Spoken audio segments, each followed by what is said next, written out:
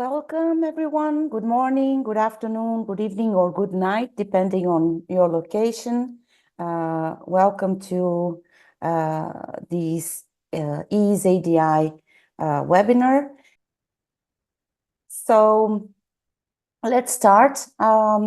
Welcome again, everyone. I'm Ana Heredia from the EDI Committee of EASE. I'm glad to be here today to present this webinar where we will learn more about how the Lancet Group is implementing the EIA practices in its journals.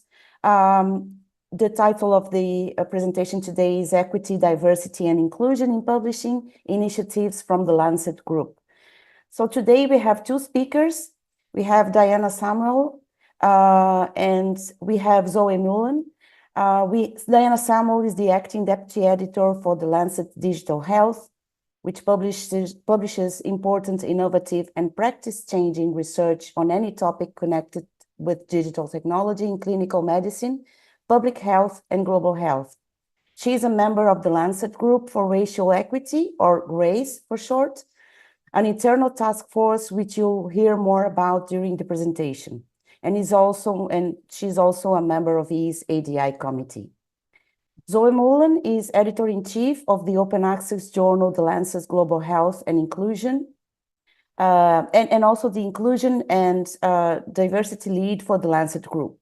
She is an ex-officio board member of the Consortium of Universities for Global Health and a Scientific Advisory Institute Berlin, Germany. And a Scientific Advisory Board member of the Center for International Health Protection at the Robert Koch Institute in Berlin, Germany. Between 2013 and 2017, she was a council member and trustee of the Committee on Publications Ethics. She trained in biochemistry at the University of Bath in the UK before joining the publishing industry in '97 as a scientific information officer with CABI. She moved to the Lancet in '99, where she has worked since variously as a technical editor, section editor, and founding editor of the Lancet Global Health. So I hand up to you, Diana. Thank you for that introduction, Anna. And hi, everyone. Thank you all for joining us today. There we go. So this is just a quick overview of what we'll be covering during this webinar.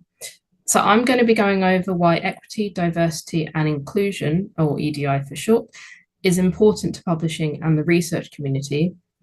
I'll then give you a quick introduction to the Lancet and the wider Lancet Group. Zoë will then present the Lancet Group's EDI strategy and share some updates and initiatives in this area from across the group. So we'll start with some definitions of EDI, and the ones you can see here are shortened versions from a joint statement of principles by the Coalition for Diversity and Inclusion in Scholarly Communication, otherwise known as C4DISC.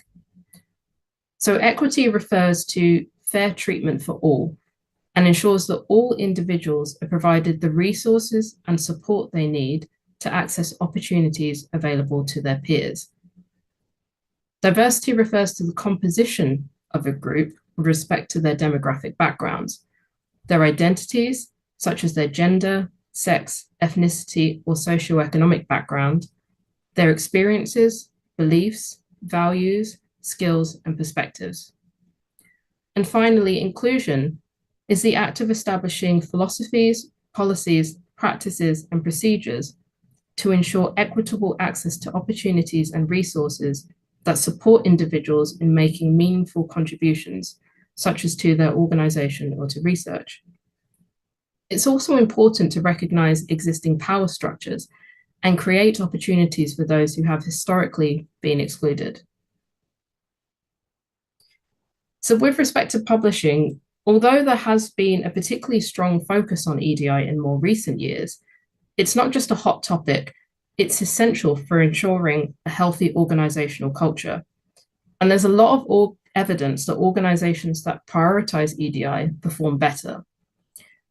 It's also important that EDI is embedded in research and research teams more broadly, as this can lead to higher quality outcomes and findings that are more equitable, impactful, and generalizable. It can help to improve the performance of teams and research methodology, and it also increases innovation. Now, given that I do work for a digital health journal, I wanted to give a topic-specific perspective on why EDI matters. And if I was to pick one reason, I would say to combat bias. So from a digital health standpoint, you will have likely seen a number of research articles or newspaper articles discussing how artificial intelligence, or AI, and other technological innovations can revolutionize healthcare. For instance, the use of smartphone apps and wearables to detect respiratory infections, or an AI algorithm that can be applied to medical images to diagnose cancer. However, at the same time, you'll perhaps have come across other articles cautioning against widespread use. And in the context of EDI, this can be because biases embedded in an algorithm can further entrench existing health inequities or create new ones. One reason these biases could occur is because the data the algorithm is trained on are not adequately representative of the intended use population. And this can lead to disparate performance of the algorithm between different groups of individuals. The Lancet Digital Health published a set of articles that highlight the lack of representation in health datasets. And they discuss two overarching reasons for this. Firstly, we often don't know who is or isn't represented in a dataset due to inadequate documentation of those datasets. So in the case of the top paper, which examined ophthalmological imaging datasets, basic demographic characteristics such as age, sex, and ethnicity were poorly reported. Secondly, the global diversity of health datasets is usually limited. So for instance, in the case of the middle paper, which looked at skin cancer image datasets, out of 14 datasets that detailed country of origin, only one dataset was from Asia and none from Africa. And as I've said, underrepresentation has knock-on effects if these datasets are then used to train AI algorithms. So this led the authors of these papers to coin the term health data poverty, as mentioned in the bottom article. And this is the inability for individuals, groups, or populations to benefit from digital health technologies due to a scarcity of data that adequately represents them. And EDI-focused studies like the ones I've just shown and those that are on the screen are crucial for highlighting gaps in research. They can also help raise awareness of health inequities and barriers to healthcare, which can in turn catalyze positive change through targeted interventions.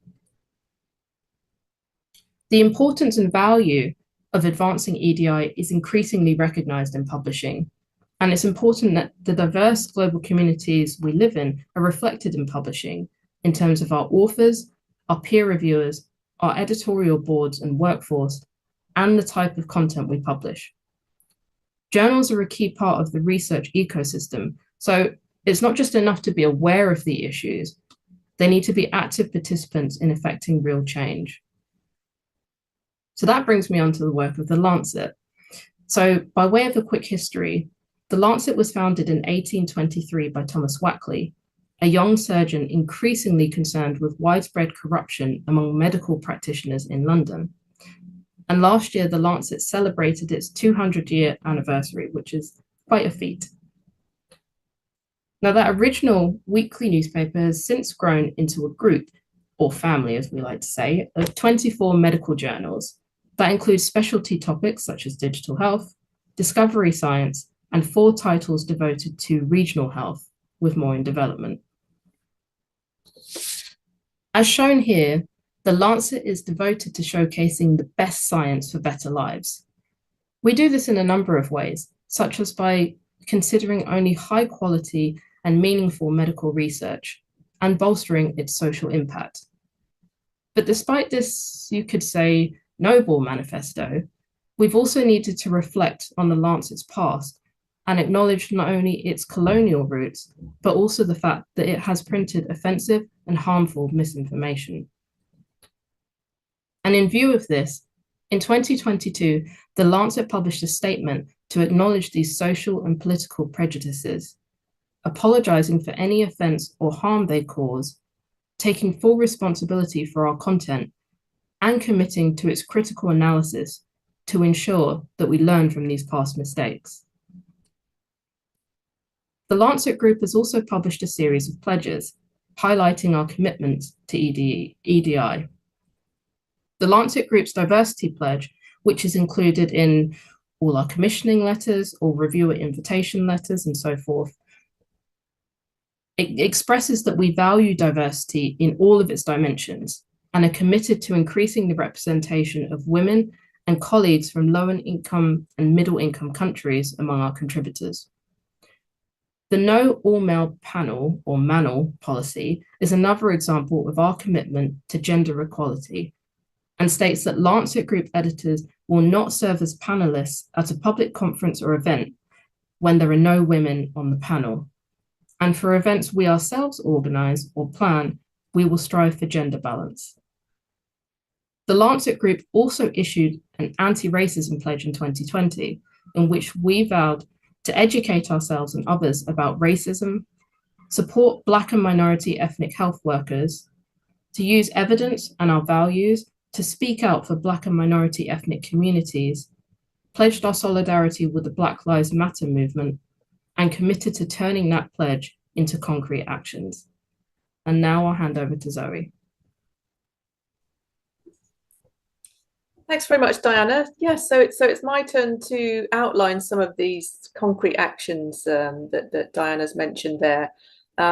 So as Anna said in the introduction, I'm also an editor-in-chief of one of the Lancet specialty journals, the Lancet Global Health, one of those 24 on Diana's slide. But I'm also the lead for EDI amongst all of the Lancet Group. So as part of my role, one of the first things that I did was to try to draw up a broad strategy for our work in this area. So this is just an example of a strategy that you could develop for a journal or a set of journals, and we've divided it into four pillars essentially. One of which is internal culture. So some of that work Diana's already started to outline, but it's about how we as employees or workers in the publishing domain are thinking about EDI ourselves. So whether that's actually having a diverse workforce in the journals themselves, and having a psychologically safe workplace, or whether it's having these values of anti-racism and women's equality amongst what we're doing and thinking every day. We also then think about our contributors. So who is it that we're publishing? Who are we showcasing in our journals? Who are we commissioning? Who are we asking to be reviewers? And who are we inviting to sit on our advisory boards? So it's thinking about diversity, inclusion in all of those areas. Then we can think about thought leadership. So how not only in what we publish from what's submitted to us spontaneously, but how do we go about sort of using our platform as editors to actually to further EDI efforts. So what could we commission? What could we write about? What could we speak about as editors?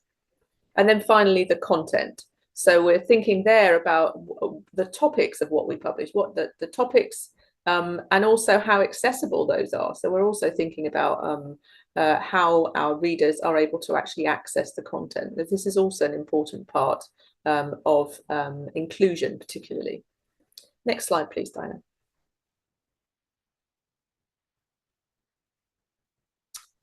Thank you. So I'll just go through some of the examples from those four pillars, starting with internal culture.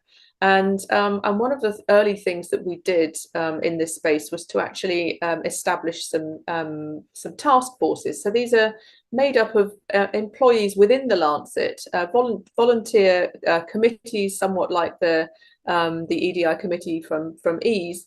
But we have now three in three broad areas: one on gender and diversity, one on racial equity, which Diana is a member of, and also we have just established another one this year on accessibility.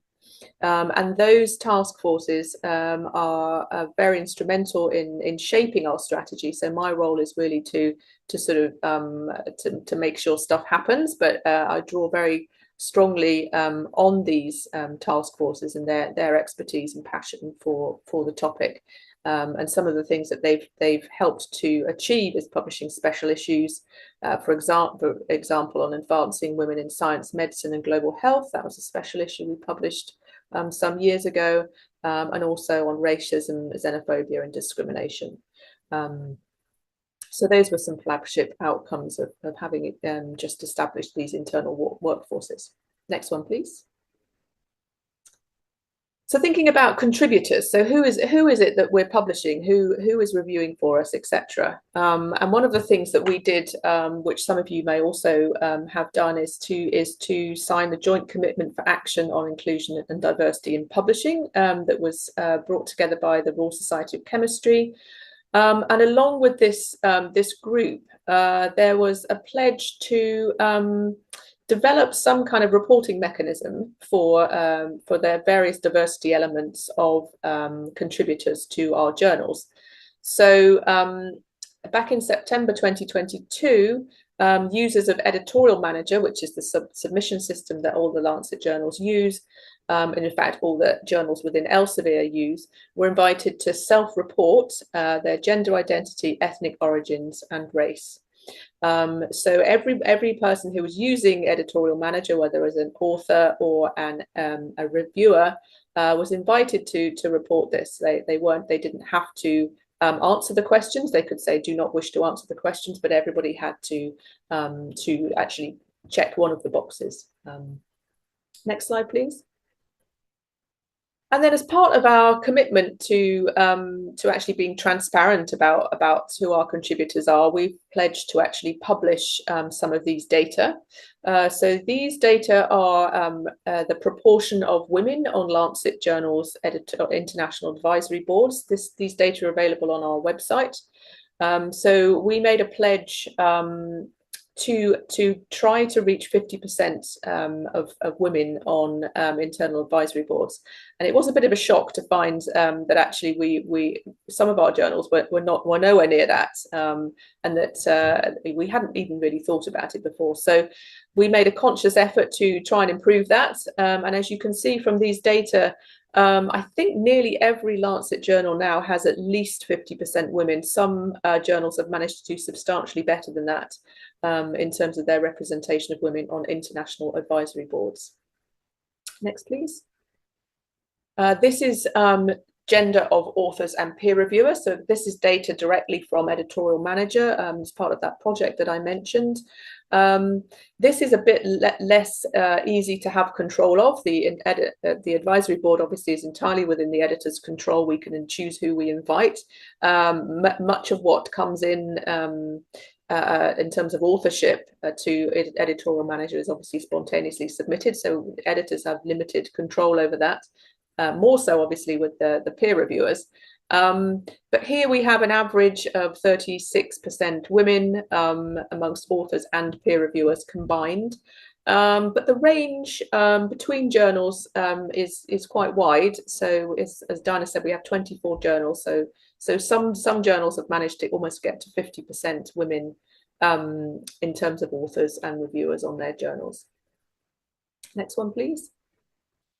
Again, we asked contributors, or that's authors and peer reviewers, to report their ethnic origins or ancestry. And as we could probably have guessed, we do have a large proportion of Western European ethnic origins.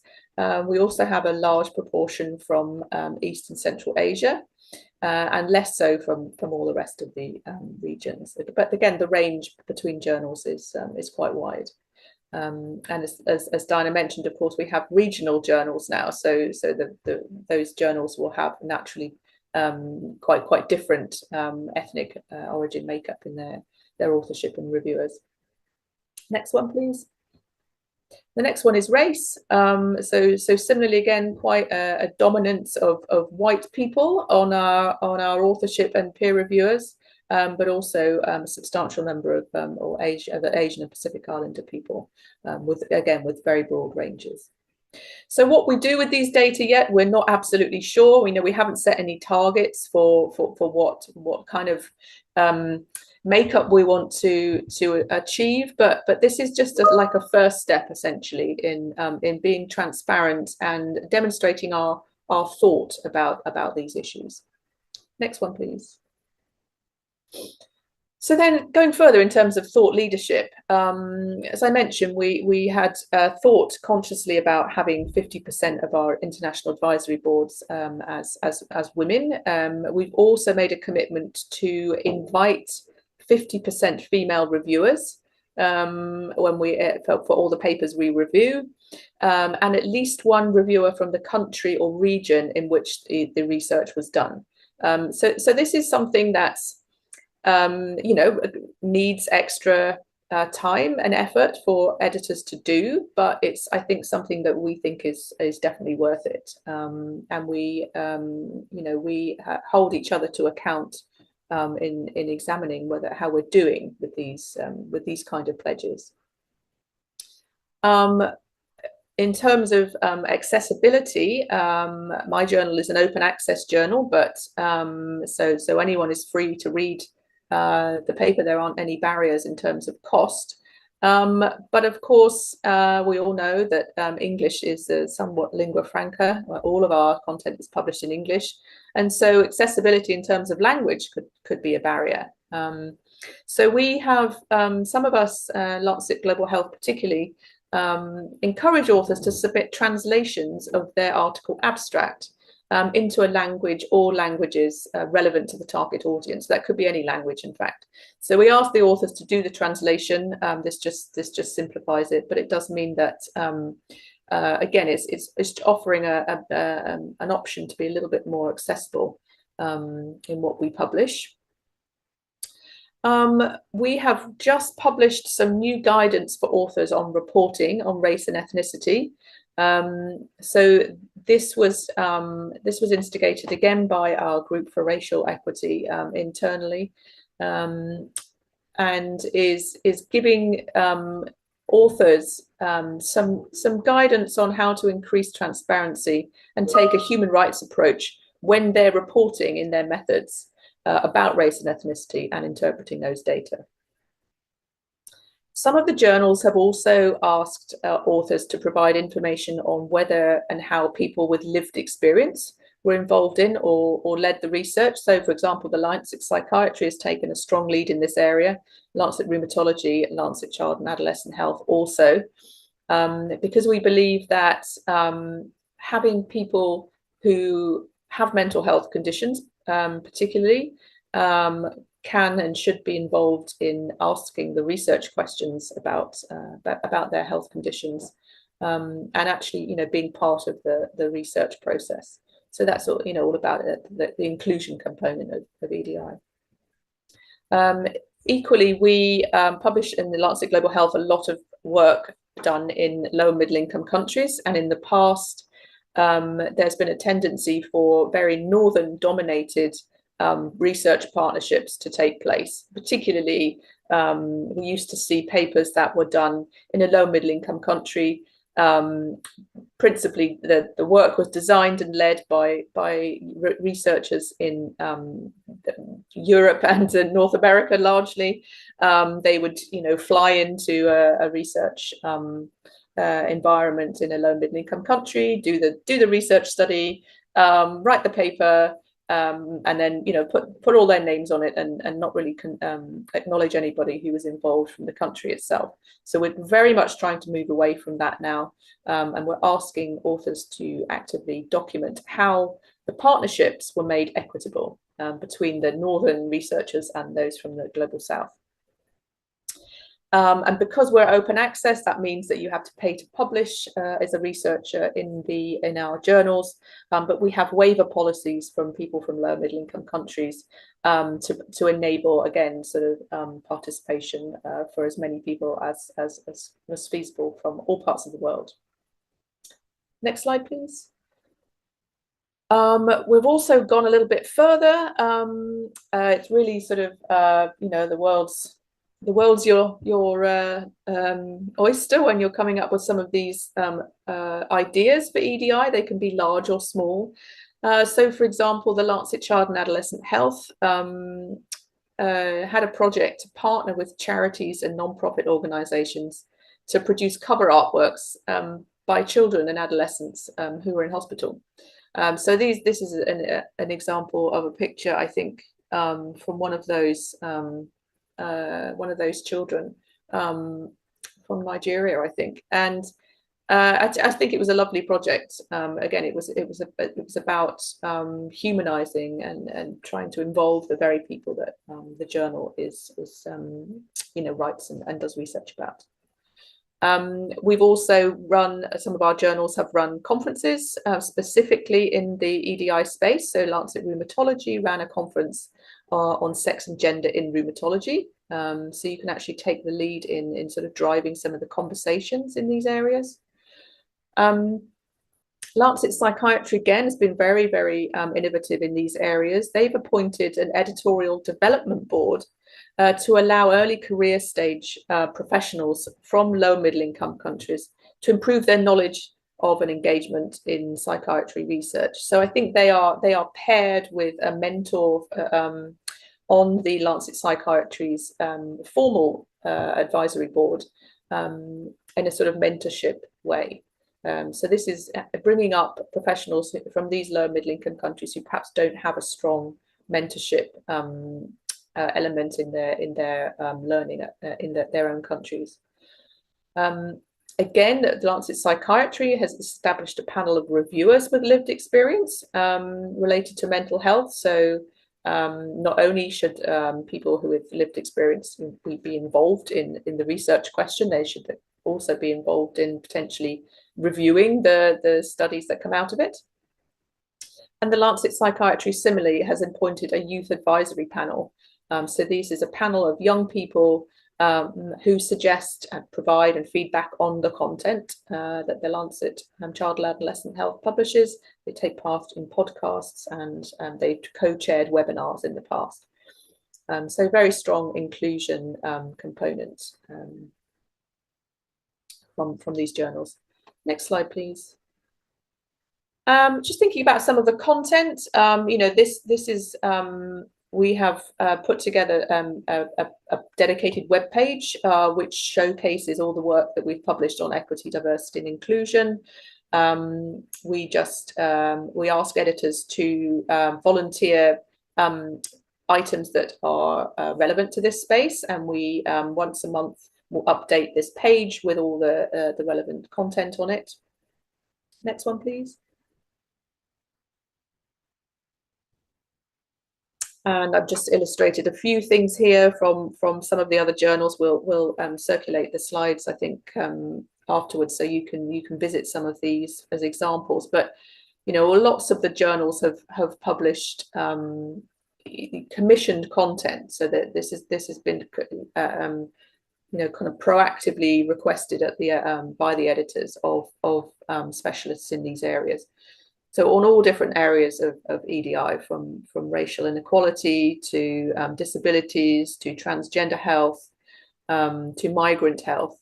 And so any journal really, I think, can take a lead in trying to commission work in these areas and showcasing the researchers that are working in this area too. Next slide, please.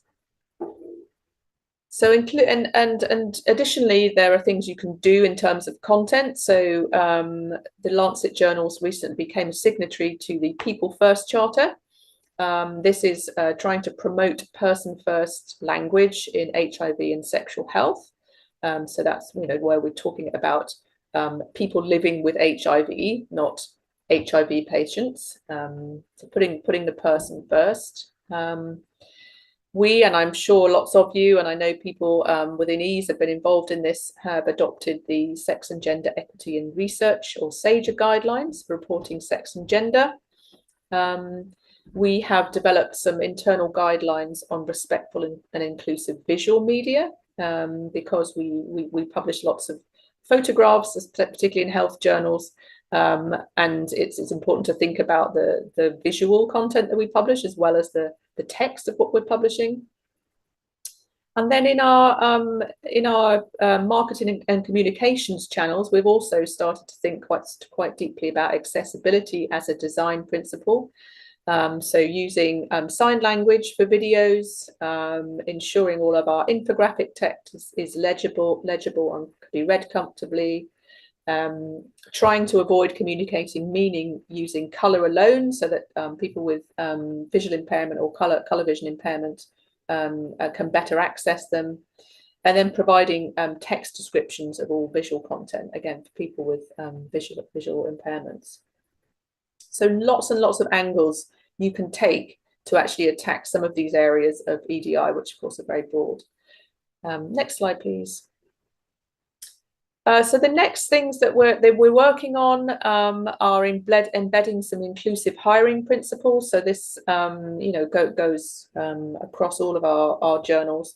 So trying to explore diverse recruitment pipeline for job candidates, using inclusive language on job descriptions, trying to make sure we've got diverse interview panels and fair and consistent interview processes, and considering whether we've made reasonable adjustments for candidates' accessibility needs.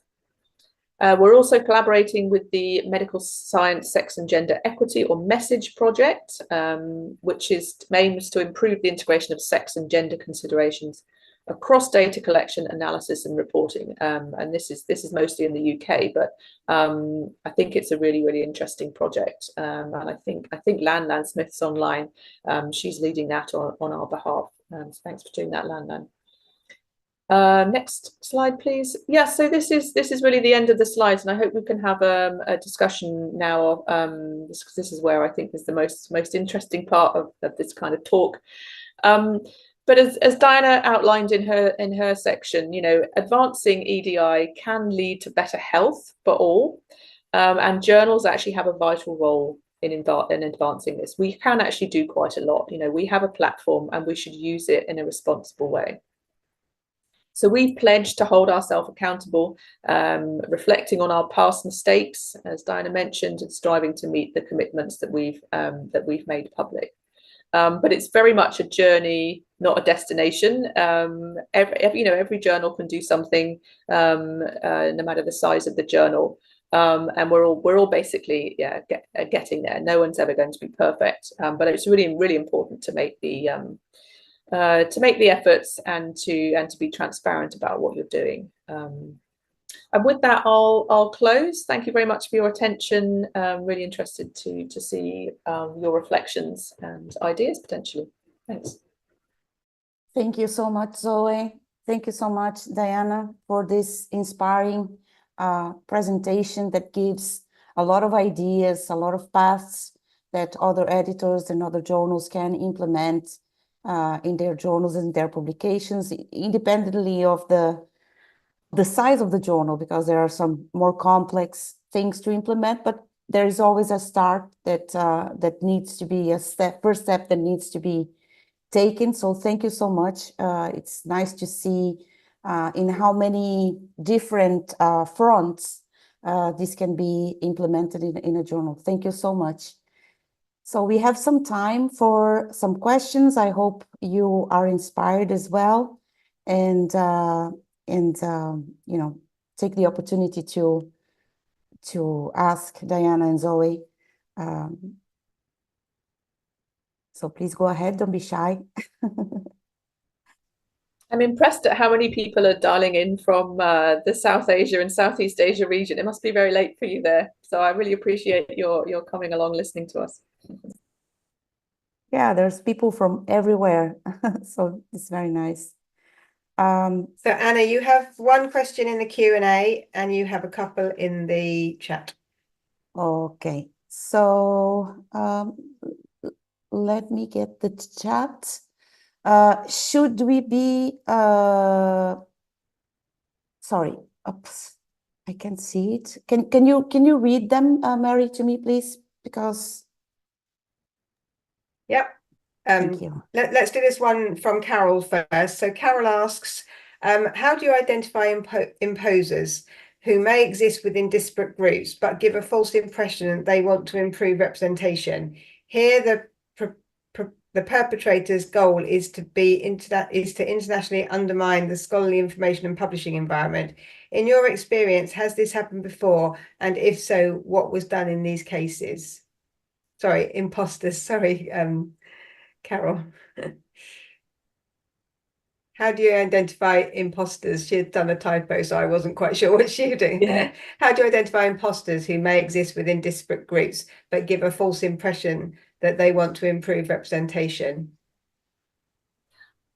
I'm not sure I entirely understand the question. So imposters in terms of Carol, let me ask Carol. Let me enable Carol to talk, and then she can ask the question. Yeah. Directly. 2 secs. Let me just see if she's. I've got a new message. She might be saying she's somewhere where she can't. She's in an open environment, so she can't speak. Okay, Carol, maybe just go on the chat and just expand a little bit on your question so that Zoe can get a little bit more clarity. Yeah. And in the meantime, I have a couple of questions from myself at ease. So I saw in the table that you put up where you're showing your equity across your journal editorial boards and peer reviewers and so on. And here you're showing really good results in terms of pushing more women, so that you've actually got more than 50% women. And in some cases, as in your child and adolescent health one, like quite a significantly more women, which you might expect in that topic. But do you think we should be uncomfortable about going sort of tipping the balance the other way? Like, for instance, within EASE, we have significantly more women than men as members. So I'm always a bit uncomfortable if we're trying to look for equity to then be actually sort of pushing it the other way. So, is it okay to have all women panels, or because that's never mentioned, but we definitely don't want all men panels. And I sort of feel if we're really going for equity, that I feel a bit uncomfortable with that. Yeah, I mean, yeah, I get that. I think it's a tricky one, and we try not to as I say, sort of set quotas or anything like that, or particular targets. I think we're just trying to right historical wrongs, really, is the way we're thinking about it. So the no all male panels is just because, historically panels were all male. And so if we accidentally end up with all females, I think that's sort of redressing the balance somewhat. And I think particularly if it's a topic, about women's health, for example, you may have, I've been to conferences about women's health where all the panelists were male, and so you think, well, that's clearly wrong. And so having an all women panel there would be entirely appropriate, I think. But yeah, I agree with you. I think we should be striving for a balance. And I know Lan might put something in the chat because that's her area. But do you have any reflections, Dinah, additional to that? No, I agree. And I think you mentioned that during your presentation as well, that is what we're striving towards. It is for balance. And we can sort of see this in other ways as well. For example, for peer review, you may need to invite perhaps more women in order to achieve that balance. And as you alluded to, Mary, as well, there are some areas or some topic areas, I should say, where you may find the field is more male dominated or more dominated by women. So I think it's also important to take those nuances into account. I have a question. I would be curious to know which were the main barriers that you faced when starting or during the ADI journey, let's say. the internal barriers, because I keep asked a lot about that. Do you want to start that one, Diana? Sure, yeah. I mean, I can talk about it perhaps from the perspective of Grace. I think, well, I guess at the core, a lot of the times when you want to maybe start a new initiative or do something that I guess is relatively new or not as common as it should be, it may be uncomfortable for some people. You know, it may be seen as, I don't know, a taboo to talk about certain things. But I think we are sort of in an age where we all just need to become comfortable with being uncomfortable, because really that's how you're going to start initiating these really important conversations, hearing from people who have lived experience of health inequities, of discrimination, and really coming up with ideas and interventions, targets, and so forth in order to generate real and positive change. Yeah, I think. Oh, sorry, Zoe, go ahead. Go on. No. Let's have the next question. Let's make room for a question. It's just a comment from Lan. I think as historically all male panels have been the norm, we shouldn't get too concerned at the moment to have the occasional all women panel. So just a comment on something else around that. We have two more questions. So I think Carol's question's been clarified now as well. So a bit like predatory publishing or ideas that do not support the principles of the journal, but they meet the criteria of being in more inclusive group. Yeah, I mean, I don't think we've really come across any issues in that regard. I mean, what I've seen occasionally when we're talking about, so I mentioned that we have this policy of trying to encourage equitable partnerships between researchers in the global north and in the global south, and we have said that we won't publish anything. So if we've had a research paper that's been done, that the study has been done in Malawi, for example, and there aren't any authors from Malawi on the paper, we won't proceed with the paper. You know, that's a a fairly clear policy now. So I think what occasionally you will get people who sort of almost become a little bit tokenistic about it. So they will think, oh dear, we need someone from Malawi to be an author. Who can we find to put their name, as an author? And really, they haven't contributed properly. So this is why we went into a bit further and tried to encourage people to write this equitable partnership declaration, where you actually describe how those individuals were involved in planning the study, in collecting the data, in interpreting the data.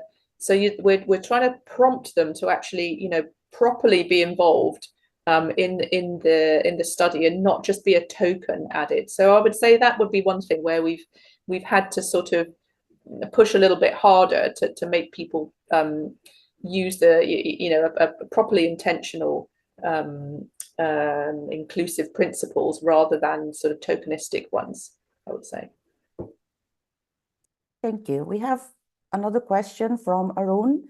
How do unconscious biases affect EDI efforts, and what steps can be taken to mitigate them? It's a great question. Diana, do you want to take that one? Yeah, I think it's absolutely critical that we're all continuously cognizant of our own biases, and that includes people who are working or operating in the EDI space. I mean, we all have biases. So I guess from an organizational standpoint, I know that many organizations do run specific training so that people become more aware of what can constitute a bias, take some time to really reflect and understand what their own biases might be, and also how those biases can affect the people around them and also the work that they do. So I think really kind of continuously checking in with yourself, with your team, your organization, to raise awareness, to promote those trainings, and realize it's not just a once-off, it's something that we need to be doing all the time.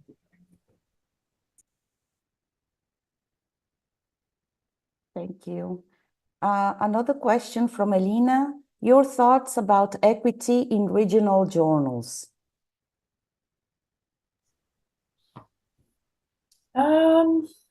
That's a kind of broad question. Yeah, I think so. We've launched journals in the Americas region, in the Europe region, in the South Asia region, and the Western Pacific region.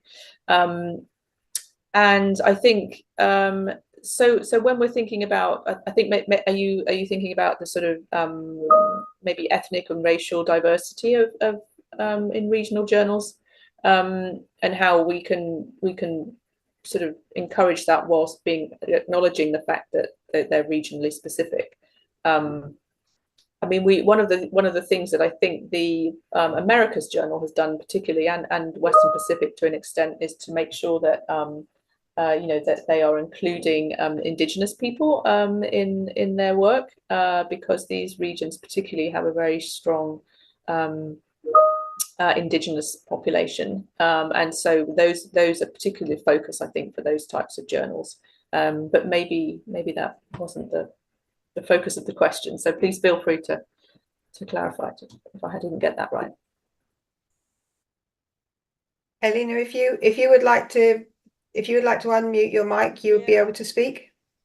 Yes, I was thinking mainly of ethnic and geographical representativeness with my question, and generally I was also thinking of age as a question, because what are your thoughts about including age?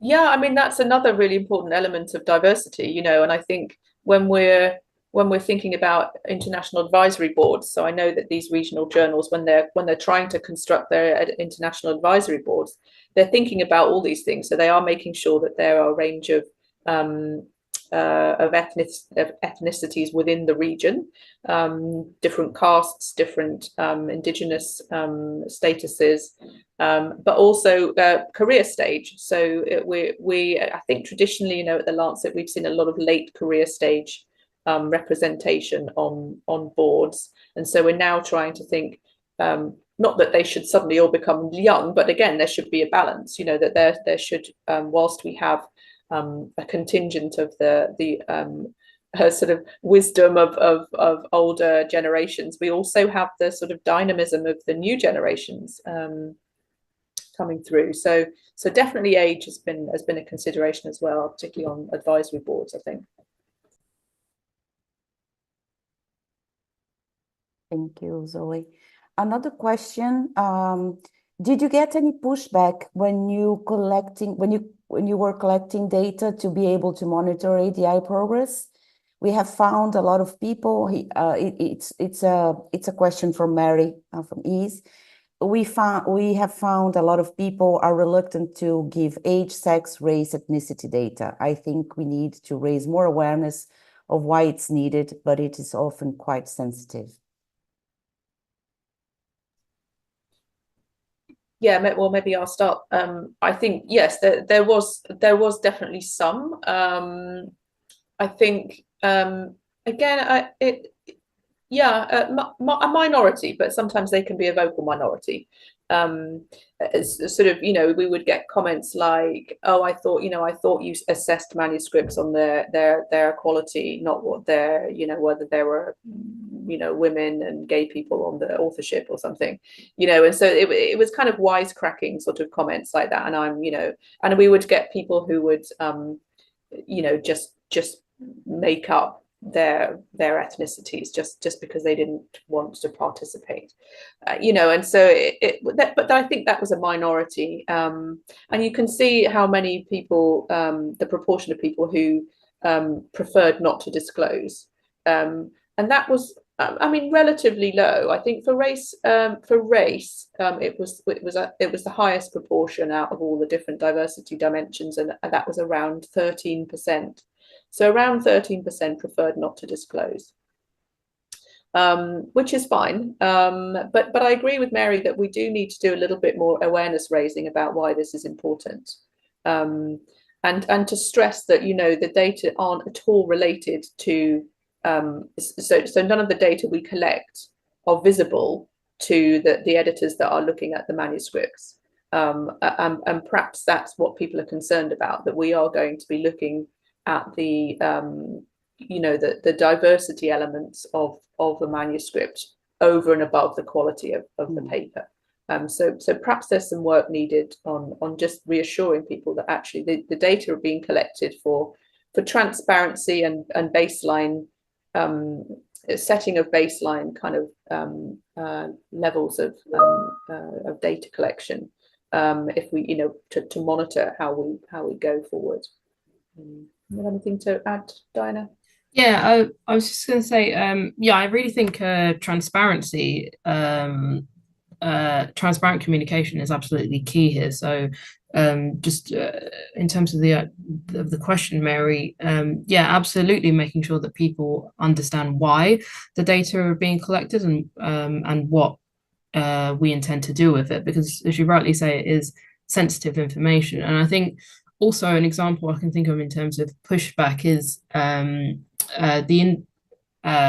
the actual categories that were used, for example, for race and ethnicity. So there was some feedback with regards to that. I mean, it's never going to be completely perfect, but we did communicate the process that the team went through in order to arrive at those particular categories. A lot of work went into that, but yeah, I mean, it may be something that it's still a choice in terms of the categories that were chosen. So yeah, naturally it may not be one that everyone agrees on, but it's really helpful actually to have that feedback and those comments from people so that we can continue to develop and continue to learn.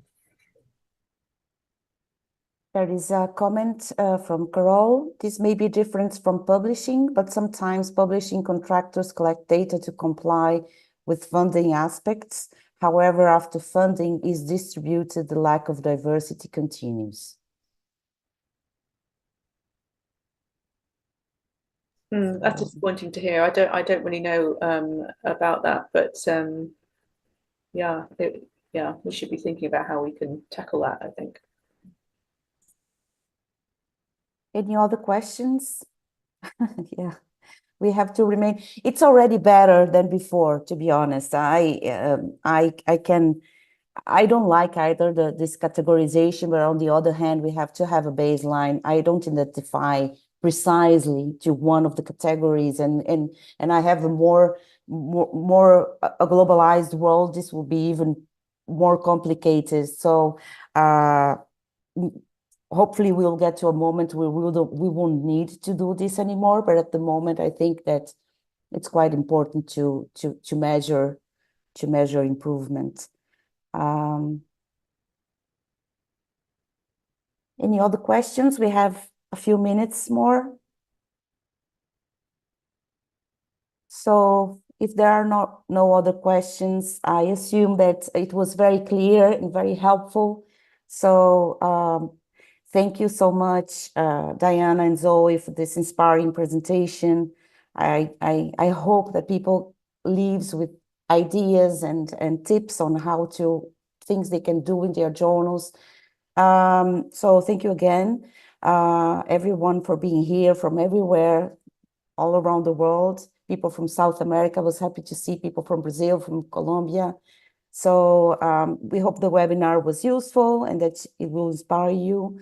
So thank you so much for being with us today, and we hope to see you again in the next EASE webinar. Thanks, Anna. Thanks, everyone. Thanks, everyone. Have a great rest of the day or night or evening. Bye-bye.